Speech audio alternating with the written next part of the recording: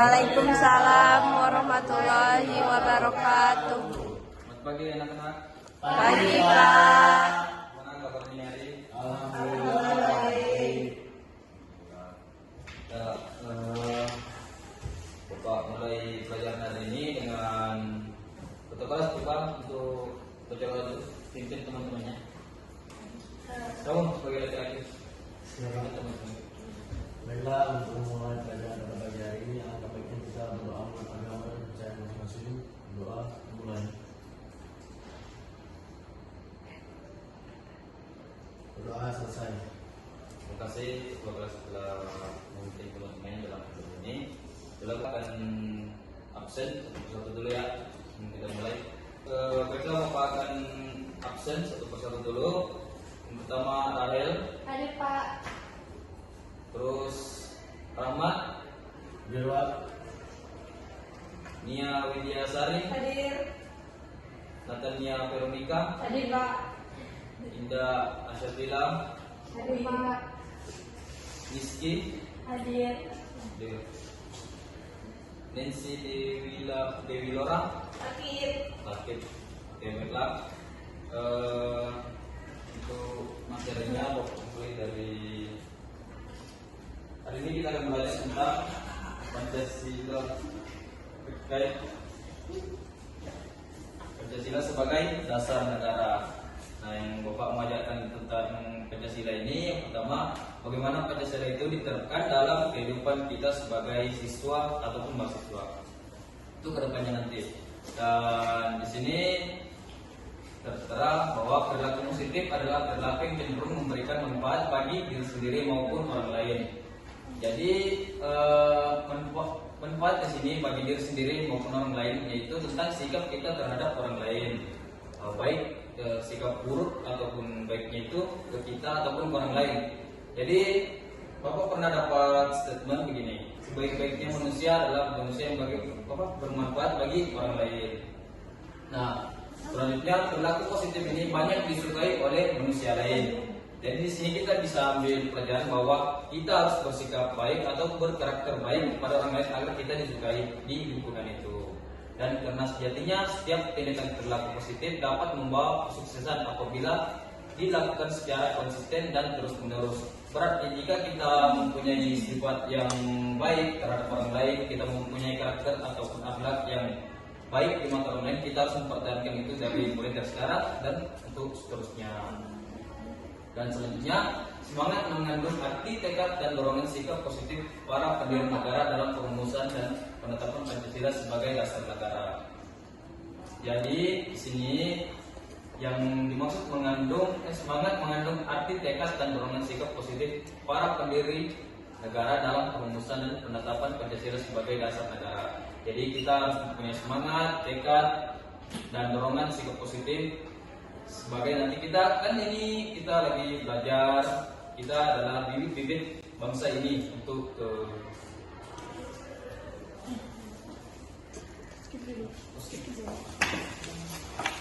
selanjutnya para pendiri negara merupakan sebuah contoh yang baik dari orang-orang yang memiliki semangat yang kuat dalam membuat perubahan, yaitu perubahan dari negara terjajah menjadi negara yang merdeka dan sejajar dengan negara-negara lain di dunia. Negara yang bebas dari penjajahan dengan hasil perjuangan yang luar biasa semangatnya. Di sini kita bisa ambil lagi pelajaran ataupun motivasinya. Kita yang hidup di negara yang luas ini, kita harus tetap semangat. Kita boleh dalam hidup itu kita boleh capek, kita boleh ngeluh, tapi kita nggak boleh putus semangat. Kita nggak boleh putus asa karena proses itu tidak ada yang mulus, semua kasar. Jadi kita harus tetap semangat, yang putus asa dalam menjalani proses kehidupan yang kita akan lalui ke depannya.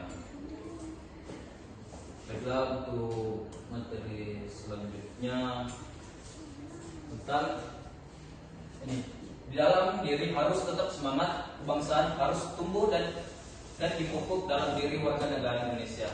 Di sini kita bisa ambil lagi pelajaran tentang semangat kebangsaan harus tumbuh dan dipupuk dalam diri warga negara Indonesia. Kita sebagai warga negara Indonesia tidak boleh lengah, apalagi mulai mengeluh dengan apa yang kita jalankan tiap hari. Jadi kita harus menumbuhkan dalam diri kita, dan dipupuk dalam diri kita itu bagaimana kita membuat motivasi dalam diri untuk tetap semangat dalam menjalani apa yang kita harus lakukan di tiap harinya. Nah, selanjutnya, semangat kebangsaan merupakan semangat yang tumbuh dalam diri warga negara untuk mencintai dan rela berkorban untuk kepentingan bangsa dan negara.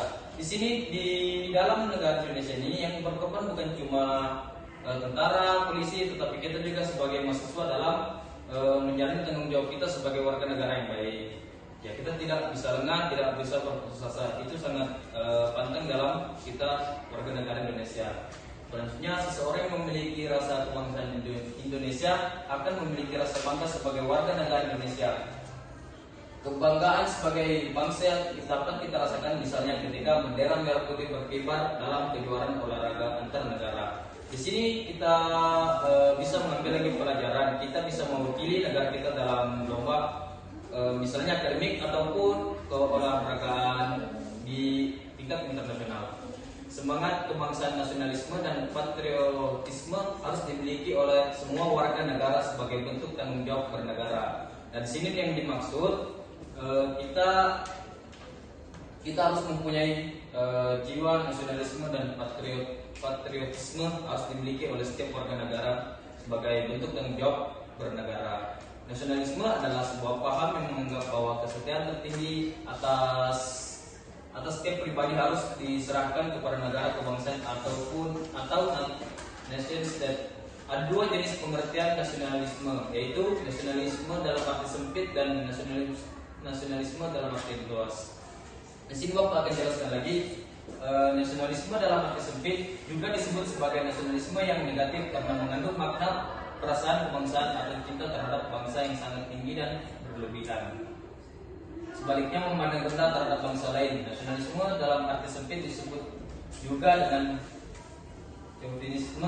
Chauvinisme ini pernah dipraktikkan oleh Jerman pada masa Hitler tahun 1934 sampai 1945. Para pendiri negara merupakan sebuah contoh yang baik dari orang-orang yang memiliki semangat yang kuat dalam membuat perubahan, yaitu perubahan dari negara terjajah menjadi negara yang merdeka dan sejajar dengan negara-negara lain di dunia.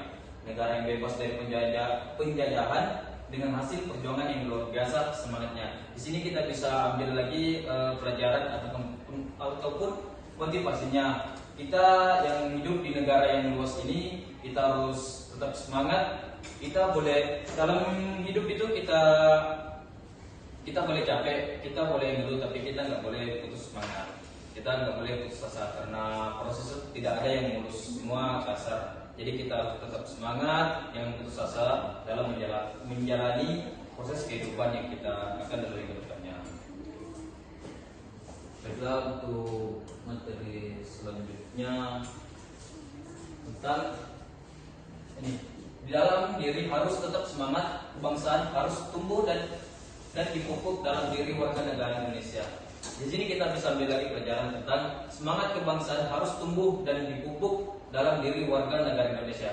Kita sebagai warga negara Indonesia tidak boleh lengah, apalagi mulai mengeluh dengan apa yang kita jalankan tiap hari. Jadi kita harus menumbuhkan dalam diri kita, dan dipupuk dalam diri kita itu bagaimana kita membuat motivasi dalam diri untuk tetap semangat dalam menjalani apa yang kita harus lakukan di tiap harinya. Nah, selanjutnya, semangat kebangsaan merupakan semangat yang tumbuh dalam diri warga negara untuk mencintai dan rela berkorban untuk kepentingan bangsa dan negara. Di sini di dalam negara Indonesia ini yang berkorban bukan cuma tentara, polisi, tetapi kita juga sebagai mahasiswa dalam menjalani tanggung jawab kita sebagai warga negara yang baik. Ya, kita tidak bisa lengah, tidak bisa berputus asa. Itu sangat penting dalam kita warga negara Indonesia. Selanjutnya, seseorang yang memiliki rasa kebangsaan Indonesia akan memiliki rasa bangga sebagai warga negara Indonesia. Kebanggaan sebagai bangsa dapat kita rasakan misalnya ketika bendera merah putih berkibar dalam kejuaraan olahraga antar negara. Di sini kita bisa mengambil lagi pelajaran, kita bisa mewakili negara kita dalam lomba misalnya akademik ataupun keolahragaan di tingkat internasional.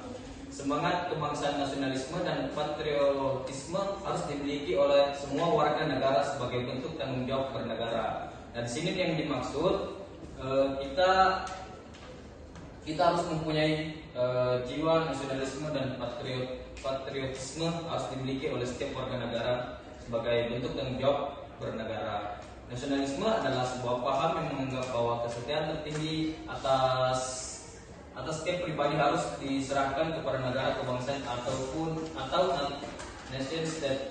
Ada dua jenis pengertian nasionalisme, yaitu nasionalisme dalam arti sempit dan nasionalisme dalam arti luas.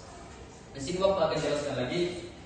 Nasionalisme dalam arti sempit juga disebut sebagai nasionalisme yang negatif karena mengandung makna perasaan kebangsaan atau cinta terhadap bangsa yang sangat tinggi dan berlebihan. Sebaliknya memandang rendah terhadap bangsa lain. Nasionalisme dalam arti sempit disebut juga dengan chauvinisme.